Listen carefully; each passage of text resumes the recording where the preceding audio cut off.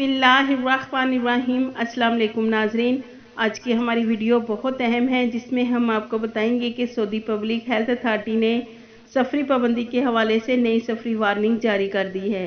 जैसा कि नाजरीन आपको मालूम है कि सऊदी अरेबिया समेत मुख्तलिफ ममालिक में कोरोना के केसेस में दिन ब दिन मुसलसल इजाफा हो रहा है। तो नाजरीन, सऊदी महकमा वकाया ने कोरोना वायरस की तब्दील होती शक्ल नया ओमिक्रॉन वायरस को फैलने से रोकने के लिए तकरीबन 127 ममालिक के लिए सफरी लिस्ट जारी की है कि इन ममालिक में सफ़र ना किया जाए। तो नाजरीन, इस लिस्ट में पाकिस्तान, इंडिया भी शामिल हैं।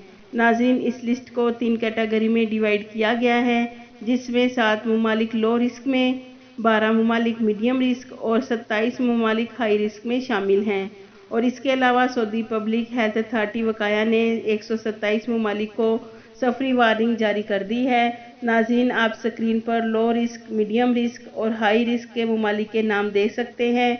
अगर हम पाकिस्तान, इंडिया की बात करें, क्योंकि पाकिस्तान, इंडिया से जो मुसाफिर सफ़र करके सऊदी अरेबिया आ रहे हैं और जो लोग सऊदी अरेबिया से सफ़र करके पाकिस्तान या इंडिया जाना चाहते हैं, उनके लिए सऊदी पब्लिक हेल्थ अथॉरिटी वकाया ने सफरी वार्निंग जारी की है और ख़बरदार किया है कि पाकिस्तान में नया वायरस ओमिक्रॉन के 25 मरीज़ रिकॉर्ड पर आए हैं, जबकि इंडिया में भी ओमिक्रॉन वायरस के 200 से ज़ायद केसेस रिकॉर्ड किए गए हैं, जिसकी बिना पर तशवीश की लहर दोनों ममालिक में पाई गई है और इन ममालिक में ओमिक्रॉन वायरस का काफ़ी ज़्यादा फैलने का ख़तरा है।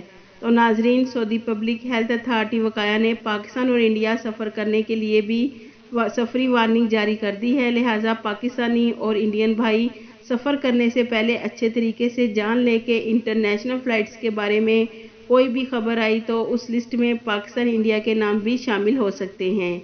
तो नाज़रीन, हम रोज़ाना की बुनियाद पर आपको ख़तरे से आगाह करते रहते हैं और जो हमारे पाकिस्तानी भाई सऊदी अरेबिया आना चाहते हैं और जिनका अकामा और एक्सरी एंट्री वीज़ा वैलिड है, तो वो जल्द से जल्द सऊदी अरेबिया आ जाएं। और जिन पाकिस्तानी भाइयों का अभी तक अकामा और एक्सरी एंट्री वीज़ा एक्सपायर है, तो उनके लिए हमारी अल्लाह ताला से दुआ है कि सऊदी गवर्नमेंट उनको जल्द से जल्द एक्सटेंशन दे, ताकि वो हमारे भाई भी जल्द से जल्द सऊदी अरेबिया बराह रास्त आ सकें। आमीन।